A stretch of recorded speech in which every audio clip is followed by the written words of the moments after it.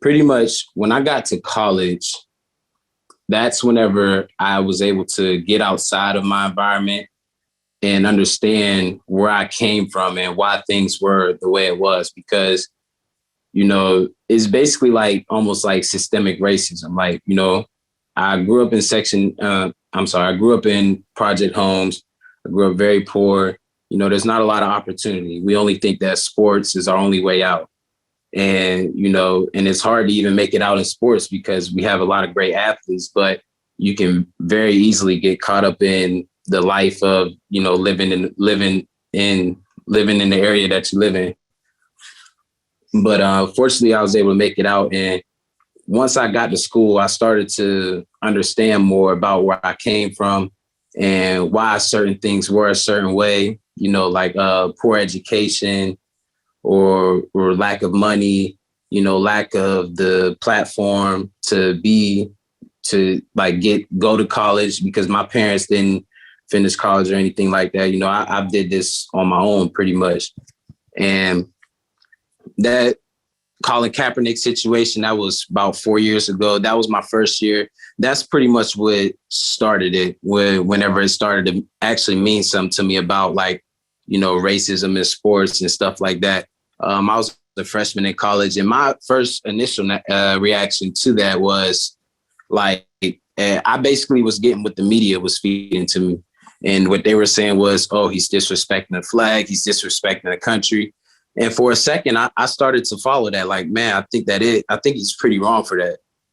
But I started to think for myself and started to think outside the box and stop thinking like everyone else and actually understand Kaepernick and his reasons. Once I did that, I'm like, oh, like he's not a bad guy. Why is everyone bashing him for this? He's obviously speaking up on an event that's very clear about what's going on in America, was very important in America, and for me as an athlete, I'm like, we have a platform ourselves and we need to use that. And it started to become a great thing to see other athletes, see it become a trend where athletes speak up, use their voice and understand and help other people understand, what's going on in this country to put a stop to it, which is like racism and stuff. But there are also other things that could be conflicting as well, where if an athlete speaks up, like Colin Kaepernick, he doesn't have a job right now. For a college athlete, if something happens, that might not be looked upon very well to your coaches or the higher ups, which means like the school president, the athletic director, even donors, because donors play a big part in the schools and how they do things and stuff. If donors, they give money to the program and stuff. If they don't like something, they might not give that money in. That might, mess the program up for the next couple of years. So all of those things play a certain factor. And like if one of us athletes were to kneel during the anthem and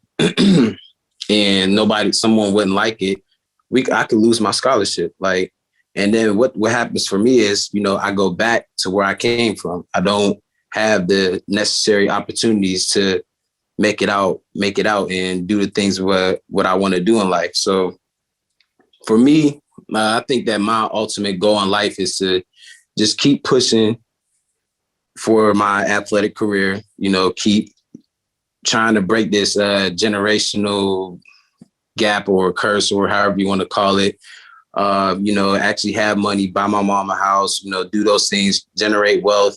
And I want to also teach kids where I'm from, certain things that our schools don't teach us that, other people may not know of. Because once I was able to get out of where I came from, I started to actually learn more about life because, like I said, I'm a product of systemic racism, where it's like, I'm statistically not supposed to be in this position right now. Like the odds of me being here are like less than 1%, but I made it.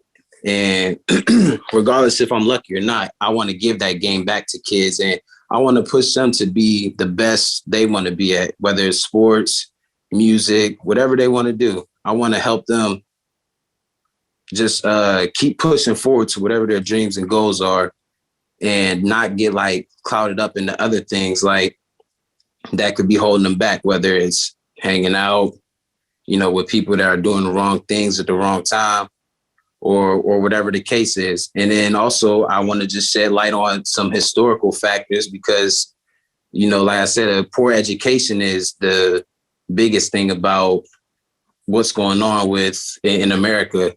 We don't know our history technically. And if a child doesn't know their history, when they're growing up, they're not going to think so much of themselves. So there's a lot of things that key factor into my life and how I speak of things. But, I've faced a couple interactions with people who don't like the things that I have to say. And I learned to deal with it. I know that I can't fight fire with fire.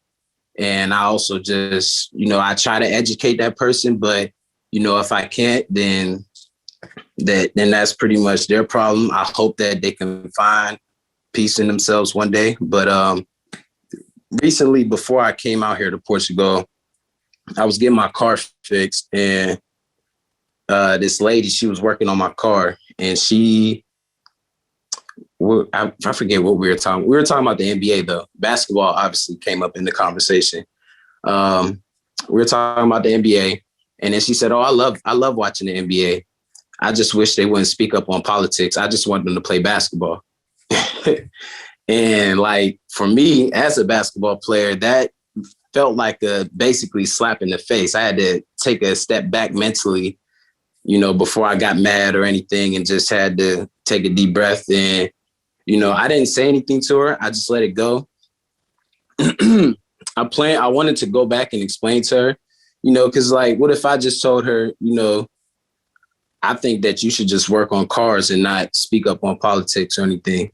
There was a lot of things that key factor into that. But, there's people out there that just think that. They think that basketball players or athletes in general, we're just like a tool or whatever, and we don't deserve to speak up on certain things, or we don't have a right. Like we just play the game and then that's it. Like the old saying, shut up and dribble, And I think I like what's going on here. A lot of athletes are more so speaking up, they're using their voices, and I want to be a part of that.